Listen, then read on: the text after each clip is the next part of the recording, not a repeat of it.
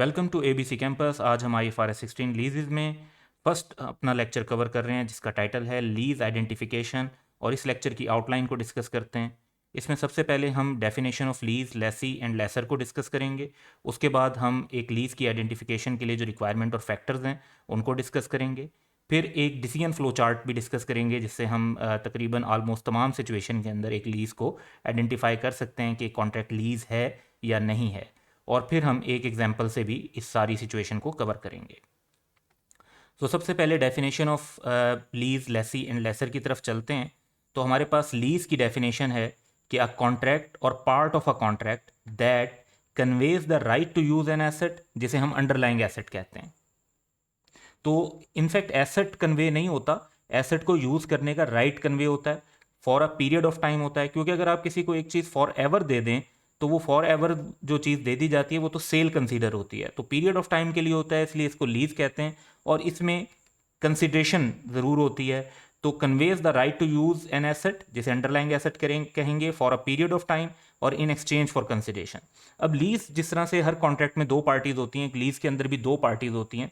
तो लेसी वो एंटिटी होती है जो राइट टू यूज ऑब्टेन करती है, an entity that obtains the right to use an underlying asset for a period of time in exchange for consideration। और laser दूसरी पार्टी होती है that provides the right to use। तो an entity that provides the right to use an underlying asset for a period of time in exchange for consideration। तो जो right to use asset obtain कर रही है वो लेसी है entity, और दूसरी एंटिटी जो वो राइट प्रोवाइड कर रही है उसे हम लेसर कहते हैं। अब एक लीज को आइडेंटिफाई करना कि एक कॉन्ट्रैक्ट लीज है या नहीं, ये स्टैंडर्ड की रिक्वायरमेंट है। और रिक्वायरमेंट में, स्टैंडर्ड में ये मेंशन है कि इंसेप्शन ऑफ कॉन्ट्रैक्ट, यानी जब आप कॉन्ट्रैक्ट साइन करते हैं, जब आप पे वो कॉन्ट्रैक्ट लीगली बाइंडिंग हो जाता है, तो an entity shell assess whether the contract is और कंटेन्स अ लीज। तो आपको उसी टाइम पर ये फिर डिसाइड करना है कि ये कॉन्ट्रैक्ट जो है लीज है या नहीं है, या इस ओवरऑल कॉन्ट्रैक्ट के अंदर लीज का एलिमेंट भी मौजूद है या नहीं है। A contract is or contains a lease if the contract conveys the right to control the use of an identified asset for a period of time in exchange for consideration। तो अब इसमें जो चार मेन पॉइंट्स पर बात हो रही है वो हो रही है कि right to control the use की बात हो, वो कन्वे हो रहा हो, एसेट आइडेंटिफाइड होना चाहिए, for a period of time होना चाहिए, और इन एक्सचेंज फॉर कंसिडरेशन होना चाहिए। अब इसमें दो बातें तो काफ़ी स्ट्रेट फॉरवर्ड हैं कि पीरियड ऑफ टाइम, जारी बात है, हम कह सकते हैं कि जी 2 साल, 5 साल, 7 साल होना चाहिए, फॉर एवर वाली बात नहीं होनी चाहिए। और इन एक्सचेंज फॉर कंसिडरेशन होना चाहिए कि अगर एसेट मिल रहा है तो उसके बदले में कोई और कंसिडरेशन, जो कि कैश या non cash, monetary, non monetary consideration हो सकती है। तो ये दो बातें तो स्ट्रेट फॉरवर्ड हैं, लेकिन बाकी दो एलिमेंट्स जो हैं कि right to control the use और एसेट का आइडेंटिफाइड होना, इसको हम डिस्कस करेंगे। तो पहले हम डिस्कस करते हैं कि right to control the use का कॉन्सेप्ट क्या है। An entity shall assess whether throughout the period of use the customer has both of the following। तो एक जो कंट्रोल है, right to control the use, वो तब होगा जब कस्टमर के पास ये दोनों एलिमेंट्स मौजूद हों। Number 1, the right to obtain substantially all of the economic benefit from use of the identified asset. तो उस पीरियड ऑफ टाइम में जिसके लिए राइट ऑफ यूज मिल रहा है, उस टाइम में सब्सटेंशियली जो ऑल द इकोनॉमिक बेनिफिट्स हैं वो फिर जो है लेसी को मिल रहे हों, जो प्रपोज्ड लेसी है इस अरेंजमेंट का। और अगर उसको मिल रहे हैं तो फिर जो है कस्टमर जो है उसको फिर हम लेसी कंसीडर करेंगे। दूसरा रिक्वायरमेंट ये है कि right to direct the use of the identified asset, कि वो एसेट इस्तेमाल कैसे करना है, उसकी जो डायरेक्शन है वो भी उसके पास हो। तो अगर एक शख्स जो है उसको बेनिफिट मिलने हैं लेकिन मर्जी उसकी नहीं चलनी, डायरेक्शन उसकी नहीं चलनी, तो उसका कंट्रोल नहीं है। अब बेनिफिट भी मिलने हैं और यूज़ भी वो अपनी मर्जी से डायरेक्ट कर सकता है कि कैसे वो एसेट को यूज़ करना चाहता है वैसे यूज़ करे, कैसे इस्तेमाल करना चाहता है, 3 शिफ्ट में, 2 शिफ्ट में, 1 शिफ्ट में, किस लोकेशन पे, किस तरीके से, तो फिर ये हम कहेंगे कि उसका right to control the use है। अब if the customer has the right to control the use of an identified asset for only a portion, जैसे हम कहते हैं कि ओवरऑल जो एसेट है उसमें जो उसका राइट टू कंट्रोल है वो सिर्फ एक पोर्शन पर है, बाकी पोर्शन के ऊपर उसका जो राइट टू कंट्रोल नहीं है, तो कॉन्ट्रैक्ट में लीज होगी, कंटेन करेगा, it would contain a lease for that portion of the term. So अगर एक ओवरऑल कॉन्ट्रैक्ट के अंदर 3-4 डिफरेंट पार्ट्स हैं एसेट्स के, और उसमें से सिर्फ एक एसेट ऐसा है जिसपे कस्टमर का राइट टू कंट्रोल है और डायरेक्ट कर सकता है वो यूज़ एसेट का और उससे इकोनॉमिक बेनिफिट ले सकता है, तो सिर्फ उस एक पोर्शन को हम लीज कहेंगे और बाकी जो पोर्शन होगा वो उस कॉन्ट्रैक्ट का नॉन लीज पोर्शन कहलाएगा। फिर सेकंड पॉइंट ये कि एसेट आइडेंटिफाइड कब कंसीडर होगा। तो क्या एसेट आइडेंटिफाइड है या नहीं। अब एसेट यूजुअली आइडेंटिफाइड हो जाता है बाय एक्सप्लिसिटली उसको स्पेसिफाई कर दिया जाता है कॉन्ट्रैक्ट के अंदर, लेकिन समटाइम्स एक्सप्लिसिटली आइडेंटिफाई नहीं किया जाता बल्कि वो इम्प्लाइडली स्पेसिफाई किया जा रहा होता है, यानी जिस तरीके से जब डिलीवर किया जा रहा होता है, जिस टाइम पर एसेट जो है वो it is made available to the customer, तो उस टाइम पर एसेट आइडेंटिफाई होता है कि ये वाला एसेट है जो इस लीज के अंदर या इस कॉन्ट्रैक्ट के अंदर इन्वॉल्व होगा। तो खास तौर पर एक गाइडेंस हमें इसमें जहन में रखनी है। वैसे तो ये काफ़ी डिटेल्ड गाइडेंस हैं IFRS 16 में, लेकिन जो मेन पॉइंट हमने जहन में रखना है वो ये है कि asset is not considered identified if supplier has substantive right of substitution. तो सप्लायर के पास अगर सब्सटेंटिव राइट ऑफ सब्सटीट्यूशन होगा तो एसेट को फिर आइडेंटिफाइड कंसीडर नहीं किया जाएगा। अब सब्सटेंटिव राइट ऑफ सब्सटीट्यूशन क्या है, ये दो पॉइंट्स हैं कि प्रैक्टिकल एबिलिटी टू सब्सटीट्यूट हो, यानी वो उसकी जगह कोई दूसरा एसेट जो है वो चेंज करके हमें दे सके, यानी वो कस्टमर को कहे कि ये वाला एसेट आप मुझे वापस कर दें, इसकी जगह ये दूसरा मुझसे ले लें, तो ये प्रैक्टिकल एबिलिटी हो उसकी। अब ये प्रैक्टिकल एबिलिटी कुछ सिचुएशन में होगी, कुछ में नहीं होगी। फॉर एग्जांपल अगर एसेट इतनी ज़्यादा स्पेशलाइज नेचर का है कि सिर्फ कस्टमर ही उसे यूज़ कर सकता है और किसी और कस्टमर के काम का वो एसेट नहीं बनता, तो फिर प्रैक्टिकल एबिलिटी टू सब्सटीट्यूट नहीं होगी। या फिर हम ये कहते हैं कि जो सब्सटीट्यूट करना होगा उसके जो दूसरा एंगल है कि उसके बेनिफिट्स क्या हैं। So supplier would benefit economically if it is substituted the asset. तो अगर सप्लायर जो है वो उसको सब्सटीट्यूट कर देता है, लेट से कि उसने हमें एक कस्टमर को एक प्लांट दिया और उसके बाद वो उस प्लांट को वापस लेकर उसकी जगह दूसरा प्लांट कस्टमर को देता है, तो जो प्रीवियस प्लांट था वो किसी और को देकर वो बेनिफिट अर्न कर सकता है। तो समटाइम्स ये उसके लिए जो है इकोनॉमिकली बेनिफिशियल होगा और समटाइम ये इकोनॉमिकली बेनिफिशियल नहीं होगा, क्योंकि समटाइम ऐसा होगा कि जो सब्सटीट्यूशन है उसकी कॉस्ट इतनी ज़्यादा होगी कि वो एसेट को रिप्लेस करने का, सब्सटीट्यूट करने के बारे में नहीं सोचेगा, तो फिर तो हम कहेंगे कि जो है ना ये सब्सटेंटिव राइट ऑफ सब्सटीट्यूशन नहीं है।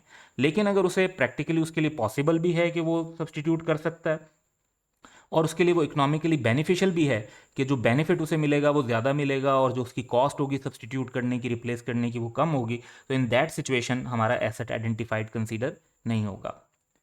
अब ओवरऑल गाइडेंस जब हम स्टैंडर्ड की देखते हैं कि एक लीज को जब आइडेंटिफाई करना होता है कॉन्ट्रैक्ट के अंदर, तो उसमें हमें ये डायग्राम, ये भी हमने IFRS 16 से ही डायग्राम लिया है और इस डिसीजन फ्लो चार्ट से हम इस बात पे पहुंच सकते हैं कि कॉन्ट्रैक्ट में लीज शामिल है या शामिल नहीं है।